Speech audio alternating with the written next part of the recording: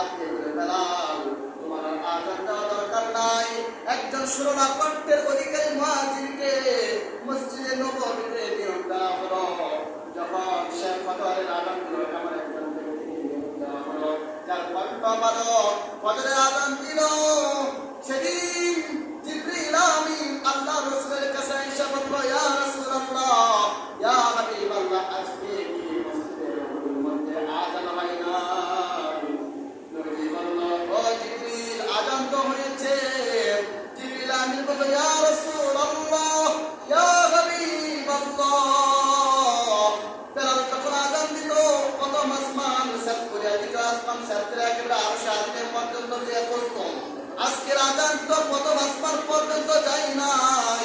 আল্লাহর কাছে যাবে তো দূরের কথা, আরশ আজিমের কাছে যাবে তো দূরের কথা, প্রথম আসমানে এই আযান যায় নাই।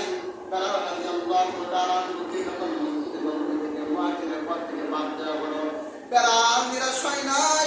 আল্লাহর কাছে নামাজ পড়ে দোয়া করে, আল্লাহ, নবীজি মসজিদে নববীর মুয়াজ্জিন থেকে আমাকে বাদ দিয়েছে, কোনো কষ্ট হয় নাই, কোনো কষ্ট নাই।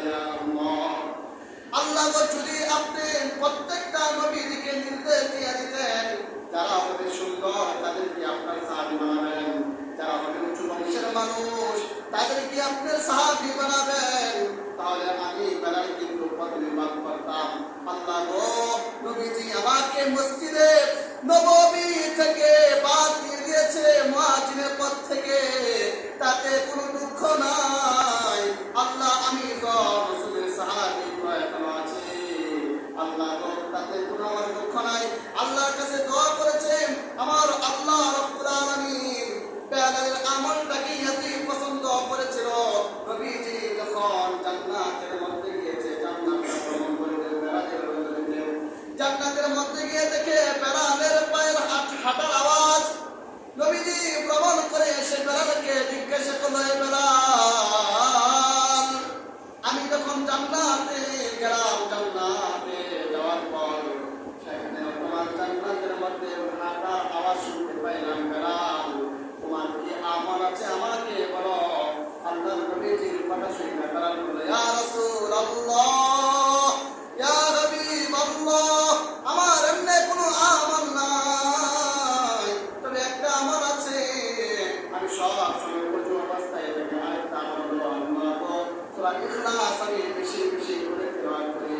আল্লাহর নবী বলল, মনে হয় আল্লাহ তাআলা তোমার এই আমলের প্রতি পছন্দ করিয়া তোমার আওয়াজ আমি জান্নাতের মধ্যে পেয়েছি। বেলাল রাদিয়াল্লাহু তাআলা ছিল কালো মানুষ, কিন্তু তাকে দেখতে পারত না, কিন্তু সেই লোকটা ছিল আল্লাহর কাছে ভালো। তো বেলাল রাদিয়াল্লাহু তাআলা রাসূলকে কত ভালোবাসতো। নবীজি যখন মৃত্যুবরণ করলো, মৃত্যুবরণ করার সময় বেলাল মদিনা ছেড়ে মক্কাতে চলে গেল। বেলাল ভাবছে, অনাথে জায়গার মধ্যে নবীজি নাই, আমি আর মদিনার মধ্যে থাকবো না। এই কথা বলে বেলাল মদিনা থেকে চলে গেল। বেলাল আর আযান দিবে না। কোন একটা কারণে বেলাল যখন মসজিদে নববীর মধ্যে আসলো, মদিনার মধ্যে প্রবেশ করলো, নবী সাল্লাল্লাহু আলাইহি ওয়াসাল্লামের নয়নের মনি হাসান হুসাইন বেলালকে দেখে বলল, ও বেলাল, আপনাকে দেখার মধ্যে নানার কথা স্মরণ করেছে। বেলাল গো, তোমাকে দেখার দ্বারাই নানার কথা